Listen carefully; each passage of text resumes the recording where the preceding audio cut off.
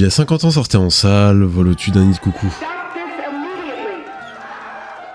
Réalisé par Milos Forman, c'est un de ces films qu'on n'oublie pas et qui reste à jamais gravé dans notre mémoire. On suit l'histoire de Randall McMurphy, un criminel qui se fait passer pour fou pour éviter les travaux forcés. Fraîchement arrivé à l'asile, il fera tout pour défier l'autorité de Madame Ratched, une infirmière plus que tyrannique. Voilà un film qui réussit habilement à mêler humour et émotion, nous tirant aussi bien des rires que des larmes, un peu comme La vie est belle. Les personnages sont tous attachants, sauf Ratched, et on a encore plus de sympathie pour eux quand on voit la sévérité avec laquelle ils sont traités.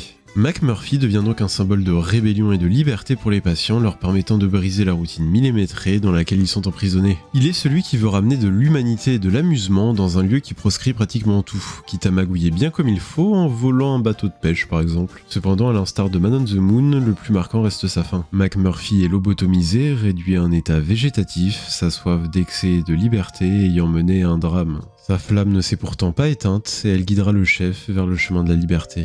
Le film est tiré du livre éponyme de Ken Kesey, publié dans les années 60 alors que le mouvement de désinstitutionnalisation gagnait du terrain aux États-Unis. Son objectif était de réformer les hôpitaux psychiatriques devenus très controversés pour leurs conditions de vie atroces pour privilégier des traitements plus humains et respectueux. Le film montre donc ses dérives et ses abus, mais pas non plus d'une manière aussi crue que Titicut Follies sorti quelques années avant. Mais malgré tout, notamment grâce aux performances très impressionnantes du casting, on a des séquences chargées d'émotions. Puis que serait le film sans le jeu phénoménal de Louise Fletcher pour camper Ratched, qui est un des personnages les plus insupportables qui existent, mais sans non plus être aussi sournoise que Salieri dans Amadeus quand même. Elle a clairement bien mérité son Oscar, tout comme Jack Nicholson.